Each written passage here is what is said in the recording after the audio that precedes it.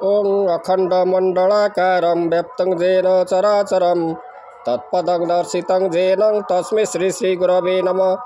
शुक्लाम्बरधरं विष्णुं शशिवर्णं चतुर्भुजं प्रसन्नं वदनं ध्यायेत् सर्वविघ्नोपशान्तये। नारायणं नमस्कृतं नरं चैव नरोत्तमं देवीं सरस्वती व्यासं ततो जयमुदीरयेत्। मूकं करोति वाचालं पङ्गुं लङ्घयते गिरिं यत्कृपातमहं वन्दे परमानन्दमाधवम्।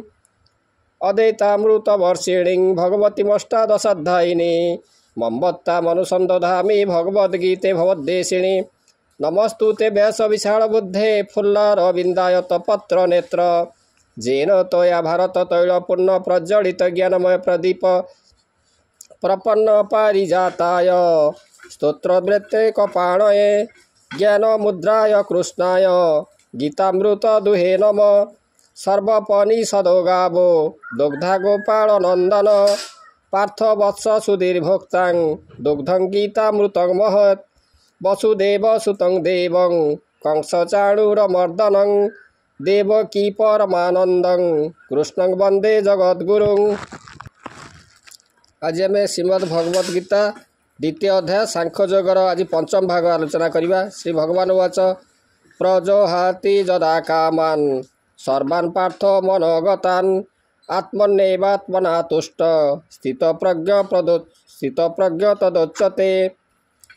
जेतेबेले जे लोक विषय प्रभृति मोह एवं कामना को छाड़ी दे मन नित्य स्थायी शाश्वत निर्मल आत्मारे परितोष लाभ करे सेतेबेले से लोक परमानंद सुख को पाए।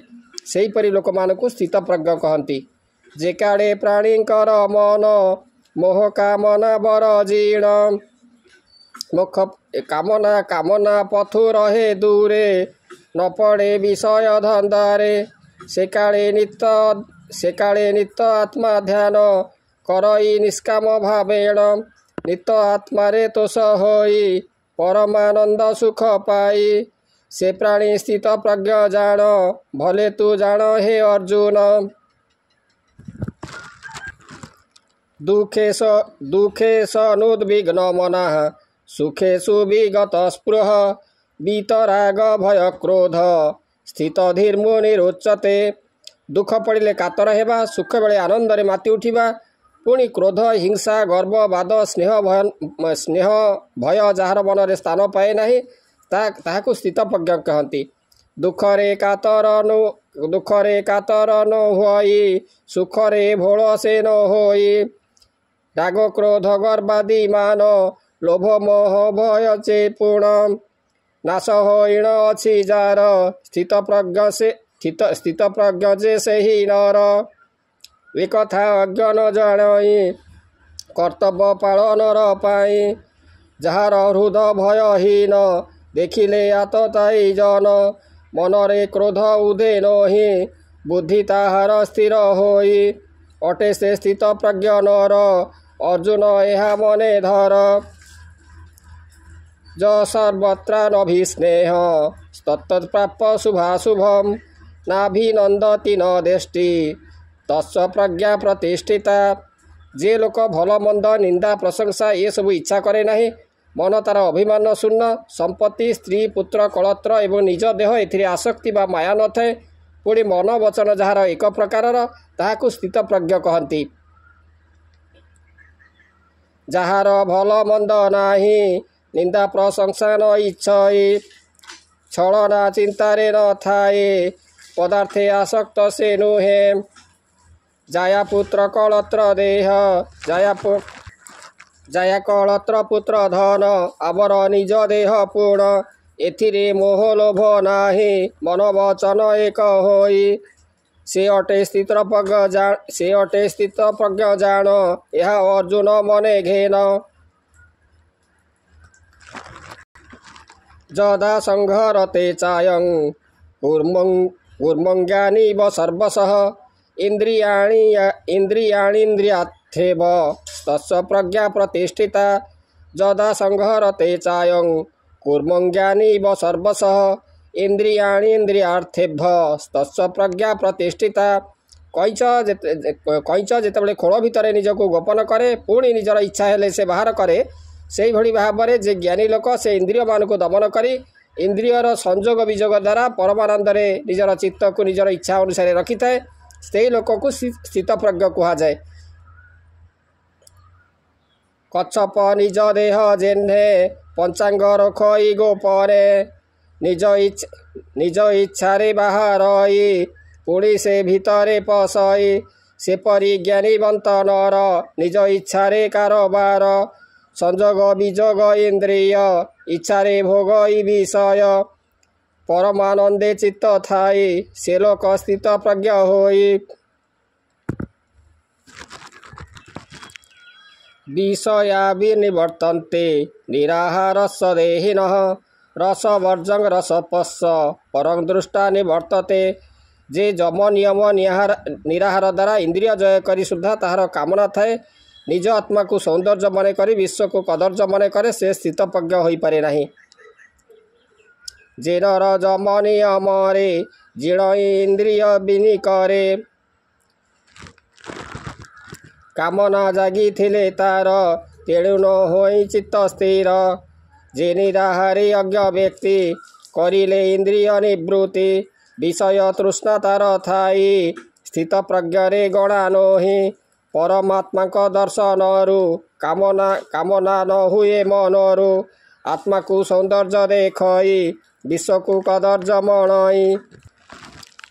जतो तोहोपि कौन्तेय पुरुषस्य विपश्यत इंद्रियाणि प्रमाथीनि हरन्ति प्रसभं मनः। जतो तोहोपि कौन्तेय पुरुषस्य विपश्यत इंद्रियाणि प्रमाथीनि हरन्ति प्रसभं मनः।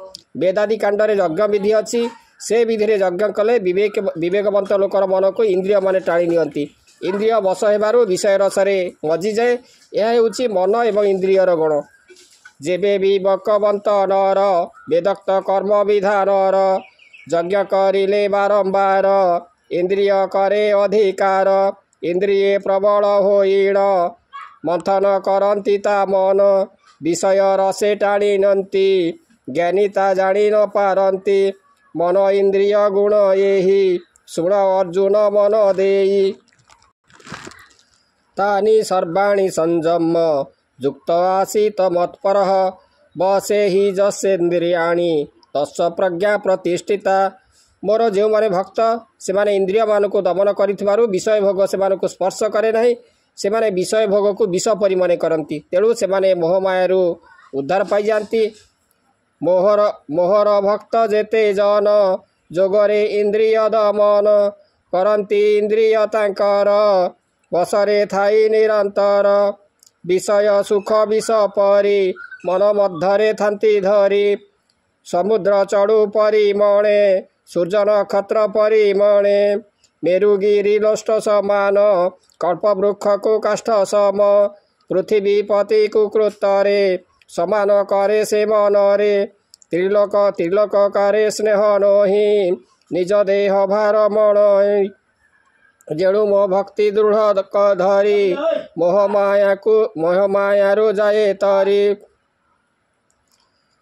धायत विषयान् पुंस संगस्तेषु पूजायत धायत विषयान् पुंस संगस्तेषु पजायते संगात संजायते कामः कामात् क्रोध भिजायते क्रोधात् भवति सम्मोह सम्मोहात् स्मृति विभ्रम स्मृति भंसात् बुद्धिनाशो बुद्धिनाशात् प्रणश्यति। विषय रे ध्यान थिले आसक्ति आसे आसक्ति रु कामना कामना रु क्रोध क्रोध रु मोह मोह रु गर्व जात होई ज्ञान को नाश करे तहु से हीन बुद्धि धरी शेषरे अधम अवस्था को प्राप्त हुए। विषय भोगे जार ध्यान थाए आसक्ति तहु जन्म आसक्ति रु कामना जात कामना रु क्रोध संभूत क्रोध रु मोह जे जन्मई मोह रु गर्व जात होई मोह गर्व रे ज्ञानी जन स्मरण शक्ति हुए हीन तहु ता बुद्धिहीन होई हीन अवस्था से भोगई निर्जीव मृत प्राणी सम भवे भवे बंचई से अधम। श्रीमद् भगवद गीता द्वितीय अध्याय सांख्य योगर आज आम जो तार जो पंचम भाग आज आलोचना कलु। परवर्ती अध्याय रे ये जो सांख्य योगर षष्ठ भाग आलोचना करवा। आज रोचे ओम नमो भगवते वासुदेवाय। श्रीकृष्ण गोविंद हरे मुरारे हे नाथ नारायण वासुदेव।